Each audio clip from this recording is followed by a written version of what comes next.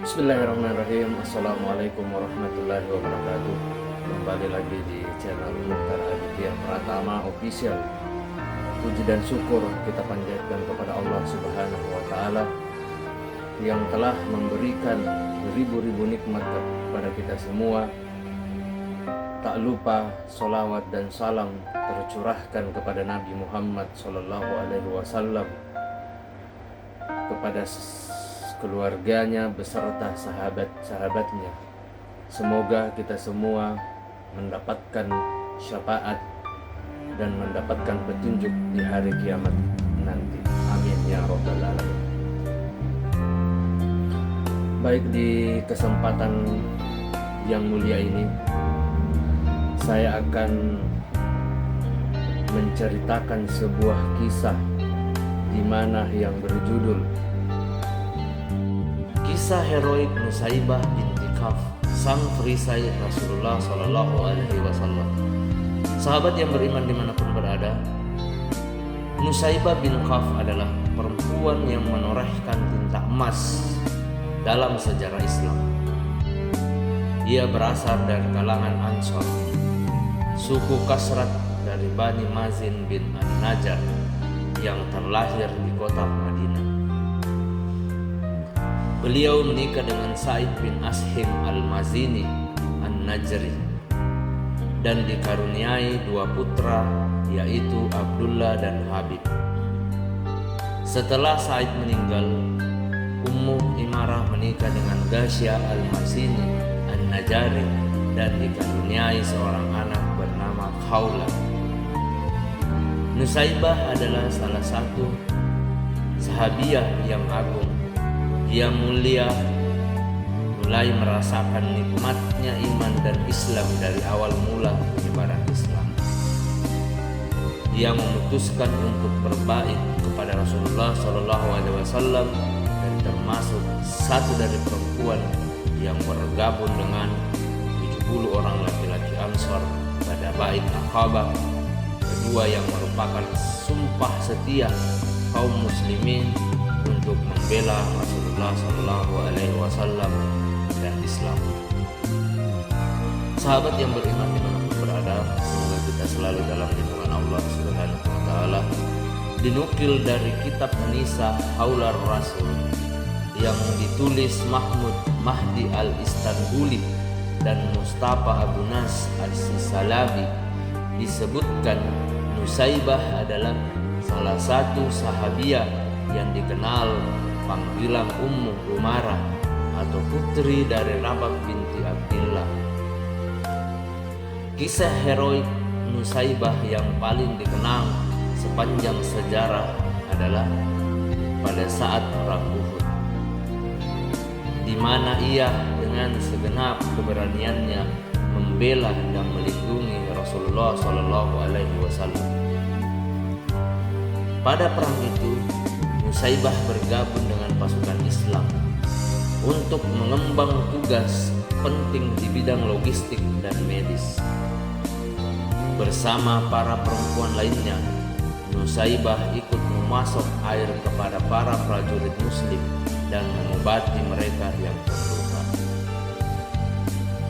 Di suatu kesempatan di perang Uhud ini, saat kaum muslimin dilanda kekacauan karena para pemanah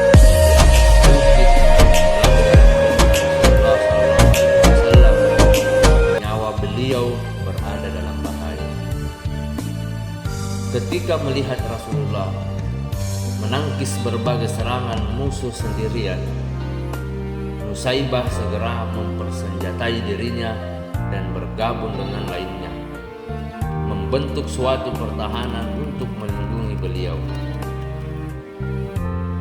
Dalam berbagai riwayat disebutkan bahwa ketika itu Nusaibah berperang penuh keberanian dan tidak menghiraukan diri sendiri.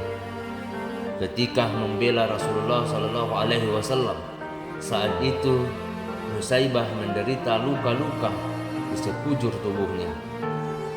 Sedikitnya ada sekitar 12 luka di tubuhnya, dengan luka di leher yang paling parah. Namun hebatnya, Nusaybah tidak pernah mengeluh, mengadu ataupun bersedih. Sahabat beriman dimanapun berada, semoga kita selalu dalam lindungan Allah Subhanahu wa Ta'ala. Amin ya rabbal alamin. Ketika itu Rasulullah melihatnya berperang dengan sengit hingga dia terdapat 12 luka di tubuhnya. Rasulullah Shallallahu Alaihi Wasallam bersabda, "Wahai Abdullah, putra Nusaybah, balutilah luka ibumu. Ya Allah, jadikanlah Nusaybah dan anaknya sebagai sahabatku di dalam surga."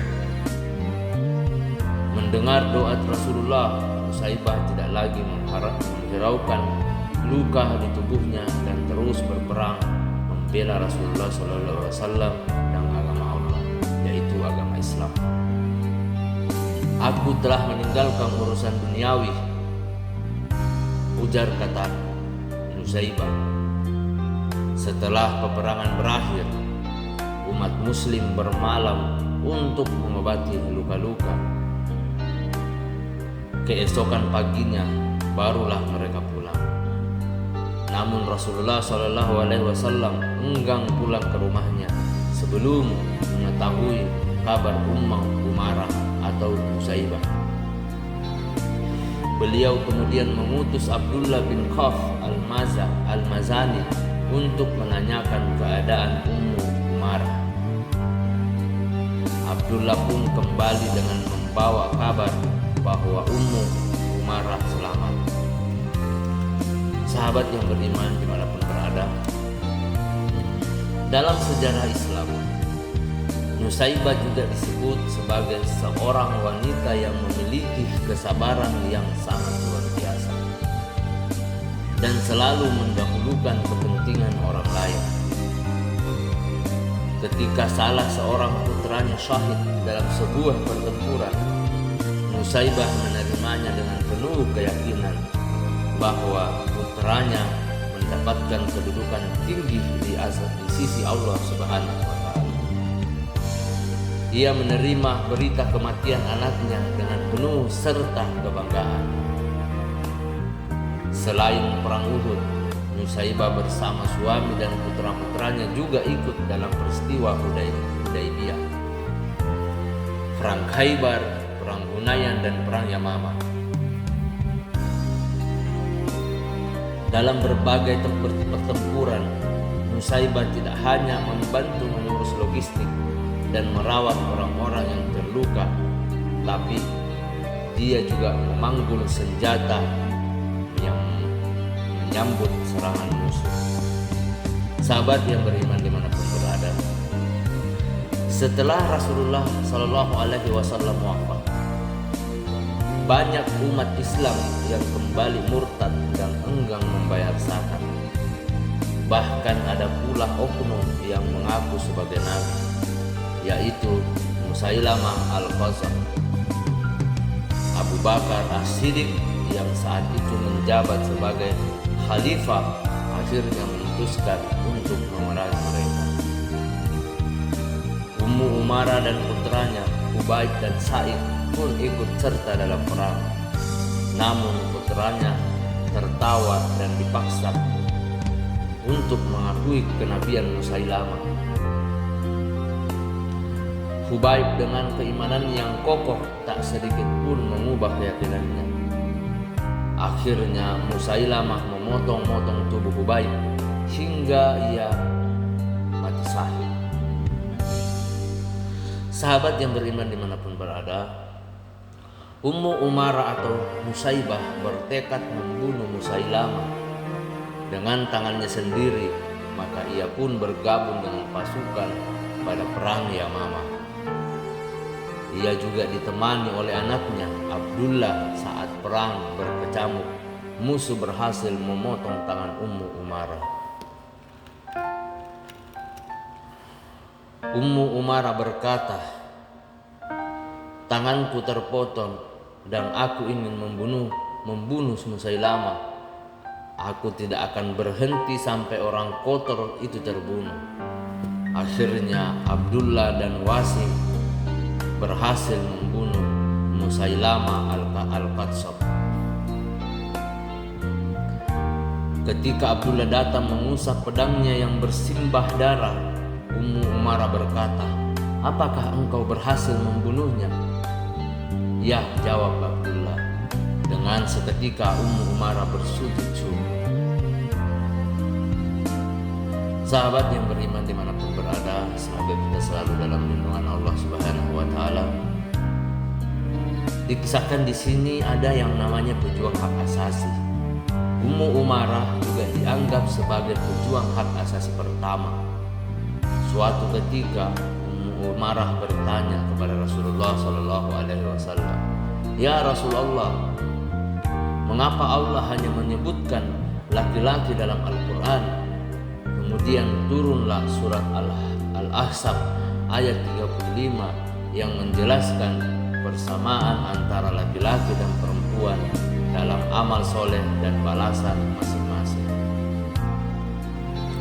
Firman Allah Ta'ala yang artinya, "Sesungguhnya laki-laki dan perempuan yang muslim, laki-laki dan perempuan yang mukmin, laki-laki dan perempuan yang tetap dalam ketaatannya, laki-laki dan perempuan yang benar-benar, laki-laki dan perempuan yang sabar, laki-laki dan perempuan yang khusyuk, laki-laki dan perempuan yang bersedekah, laki-laki dan perempuan yang berpuasa, laki-laki dan perempuan yang memelihara kehormatannya, laki-laki dan perempuan yang banyak menyebut nama Allah Subhanahu wa Ta'ala, Allah akan menyediakan untuk mereka ampunan beserta pahala-pahala yang besar." Quran ayat Al-Ahzab 35. Sahabatku yang beriman dimanapun berada, dari kisah Ummu Umarah ini jelas bahwa ia merupakan pejuang hak asasi perempuan pertama. Sejarah Islam membuktikan hal tersebut, bahwa anggapan perempuan muslimah hanya paham dapur dan sumur serta kasur benar-benar itu menyesatkan. Perempuan muslimah yang menjaga kehormatan dan kesuciannya dengan tinggal di rumah dikesankan sebagai perempuan-perempuan pengangguran dan terbelakang. Menutup aurat atau menegakkan hijab kepada yang bukan mahramnya kerap dianggap penghambat kemajuan budaya. Itu terbantahkan oleh sosok Nusaibah, wanita yang sangat mulia. Nusaibah binti Ka'ab tutup usia pada tahun 13 Hijriah. As-Sahabi berkata, Ummu Umarah adalah salah satu perempuan Ansor terbaik. Dia mempunyai keberanian dan perjuangan. Ummu Umarah patut menjadi contoh bagi para pemuda masa kini. Wallahu a'lam bishawab. Demikianlah kisah tentang Ummu Umarah atau Nusaibah. Semoga apa yang saya sampaikan pada video di kesempatan ini bisa kita ambil sebuah pelajaran dan hikmah, bahwasanya perempuan itu bukan hanya satu fokus pada berumah tangga, tetapi perempuan itu juga sebagai pejuang bagi kaum muslimin dan muslimat. Saya pribadi memohon maaf apabila ada salah kata ataupun ucapan dalam video singkat ini, karena perlu kita ketahui saudaraku-saudariku dimanapun berada, bahwa kebaikan datang dari Allah Subhanahu wa Ta'ala dan kesalahan datang dari saya pribadi selaku manusia biasa yang tidak pernah luput akan kesalahan. Akhir kata saudara-saudaraku, sebelum saya mengakhiri video ini, saya meminta kepada saudara untuk mengklik subscribe, like, dan share. Semoga menjadi nilai-nilai ibadah buat kita semua. Akhir kata, subhanakallahumma wa bihamdika ashhadu an la ilaha illa anta astaghfiruka wa atubu ilaik. Wassalamualaikum warahmatullahi